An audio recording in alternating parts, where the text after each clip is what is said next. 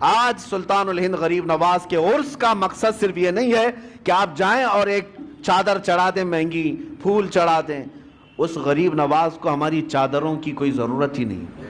اللہ نے جنتی چادر انہیں پہلے سے پہنایا ہوا، وہ جنتی جوڑے میں ملبوس ہیں.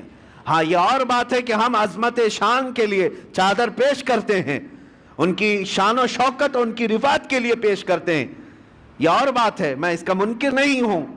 لیکن اگر تم یہ سمجھتے ہو کہ چادر پیش کرنے کے بعد ہی میری ذمہ داری ختم ہو گئی، یہ تمہاری خام خیالی ہے.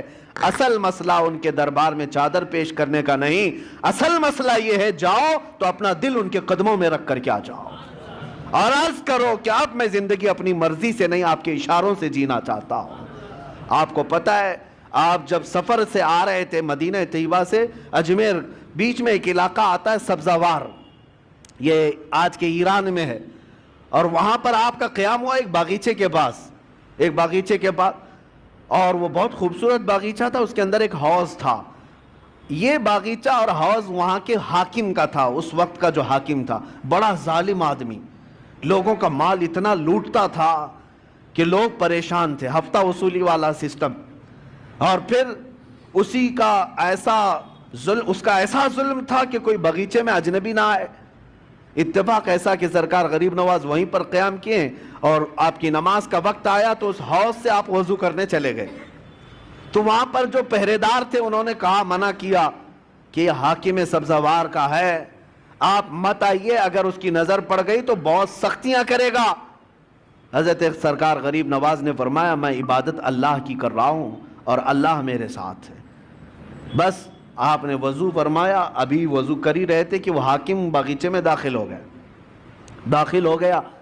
جیسی آیا اور چیختا چلاتا کہ ایک اجنبی میرے آرام گاہ میں کیسے آ گیا ہے اور کیسے یہ حوض میں پانی لے کر کے استعمال کر رہا ہے.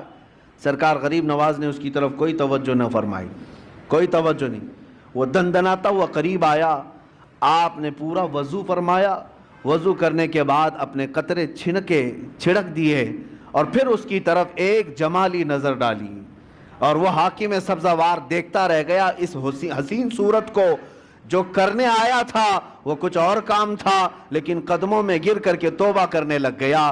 کہا کہ آپ جس وقت یہاں آئے مجھے پتا نہیں تھا، لیکن اب جس وقت آپ میرے دل میں آئے ہیں، عزم کرتا ہوں کہ زندگی بھر مجھے اپنے دامن سے دور نہ کریں. میرے عزیزو، سلطان الہند کے پاس آئے، لیکن حاکم سبزوار جو تھا غریب نواز کے قدموں میں گر کر معافی مانگا، توبہ کیا. اور اتنا ہی نہیں بلکہ واپس جانے کے بعد زندگی بھر لوٹی ہوئے مال کو سب کے اصل مالکوں تک پہنچایا، سب کو لوٹایا اور اپنا گھر بار بھی بیچ دیا. تب سرکار غریب نواز کے پاس آیا، کوئی نظر و نیاز لے کر کے نہیں، کوئی تحفہ تحائف لے کر کے نہیں، بلکہ آیا اور کہا، اب آپ کا یہ غلام سب دے کر کے آیا ہے، سوائے دل کے اب کچھ نہیں رہ گیا، وہ میں آپ کے پاس لے آیا ہوں. سلطان الہند غریب نواز نے قبول فرمایا، بیعت ارادت میں ہی نہیں بلکہ اپنے عظیم خلفاء میں اس کو شامل فرمایا، خلافت عطا کی. بعد میں تاریخ میں موجود ہے سبزوار کے اللہ تبارک و تعالیٰ نے سبزوار کے ان کو قطب بنایا، اپنے وقت کے قطب تھے.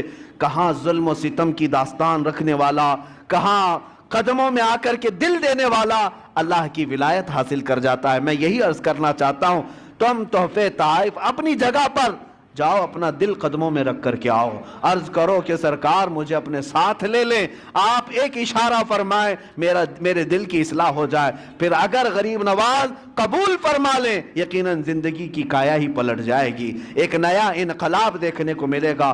اللہ کریم اس آستانے کو سدا سلامت رکھے. اجمیر معلیٰ کے فیوز و برکات اللہ تعالی ہماری نسلوں کو صبح قیامت تک عطا فرمائے.